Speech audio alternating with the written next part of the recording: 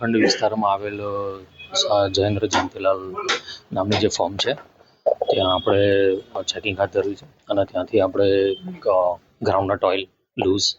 જે ટાંકીમાંથી આપણે ડાયરેક્ટ નમૂનો લીધેલ છે અને તેની કાર્યવાહી કરેલ છે અને તેમને ત્યાં ઇન્સ્પેક્શન કરતાં આપણને તેઓને પૂછતા તેઓ જણાવ્યું કે તેમને જે રીપેકિંગ કરી અને જે બિઝનેસ કરવાનો છે તેઓ લોકોએ કાર્યવાહી કરી દીધેલ છે અને તેમના લેબલને પણ પ્રોવિઝન એમના તૈયારીમાં રાખ્યા છે અને અત્રે જોતાં તમામ નવા ડબ્બા જ હાલ જોવા મળેલ છે તે કોઈપણ જૂના ડબ્બામાં રિસાયકલિંગ કે એવું કંઈક હાલની પરિસ્થિતિ જોવા મળે નથી. સ્વચ્છતા અંગે આપણે એમને શેડ્યુલ 4ની નોટિસ પણ ઇસ્યુ કરીશું અને તેની એમને સમય પણ આપીશું અને એ સમય દરમિયાન જો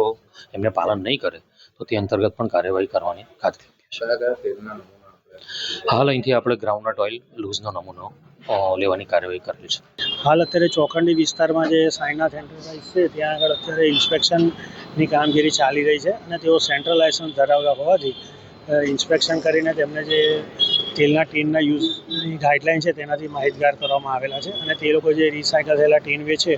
તેનો ઉપયોગ કરવાનું બંધ કરાવેલું છે અને એ જે કોઈ પણ કસ્ટમર હોય કે એ લોકો યુઝ કરતા હોય તો ના કરે અને કસ્ટમર પણ જો લઈને આવતા હોય તો એમને એવા ટીનમાં એ લોકો તેલ ના આપે અને આ લોકોએ ફક્ત ને ફક્ત જે વર્જિન ટીન યુઝ કરવાના છે તેવું તેમને ગાઈડ કરેલા છે. પાઇપો પર એક ક્ષાર છાંયડો નથી, કલર ઉખડી ગયેલો છે, બરાબર છે, અને સ્વચ્છતાને એ બધાને લગતું પણ જ્યારે એમને અમે ગાઈડ કરતા હોય આ બધી વસ્તુ તો એ કહી જ દીધેલી હોય કે તમારે રૂટીનમાં જે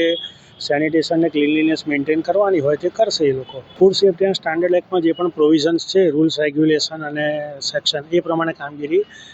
હાથ ધરવામાં આવશે.